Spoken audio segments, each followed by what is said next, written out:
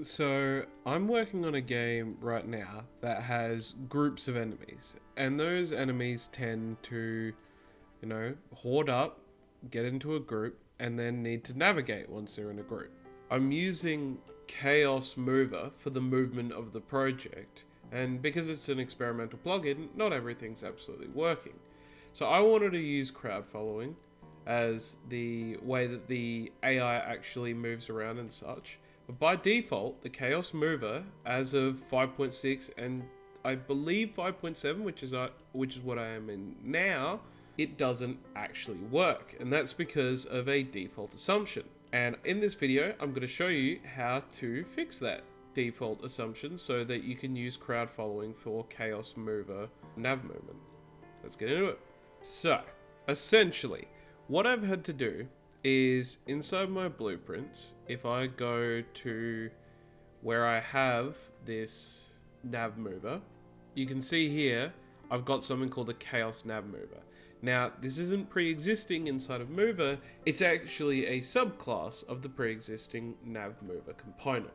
And it is required to make it so that the crowd following component can work at all, because otherwise the AI just won't move. So what do you actually need to do in that override? Well, I did it in C++. It might be necessary in C++. Again, the plugin is experimental, but this is basically it. Essentially, the problem that you have is that the default nav mover has this assumption that you have the common legacy movement settings as the shared settings that are accessible from the mover component, right? Now, that's not the case for Chaos Mover. It uses a different shared settings. So when it tries to find these shared settings, it doesn't find it, and therefore the max speed is set to 0. All you have to do is override the class and then copy some of its functionality that it likes to do. So when it's like initialize component, set the Chaos Nav Mover to the, or Chaos Mover, or like mover component. You can, cache your own mover component and stuff like that.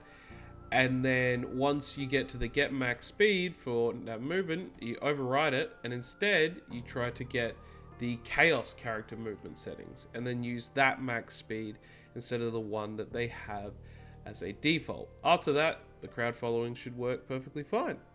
Yep, that's it. It's not a very complicated one. It's not a very long video. It's just a quick one to help with anybody who tries to deal with this problem and encounters it. So if you did find it helpful, leave a like, subscribe, because yeah, keep making videos.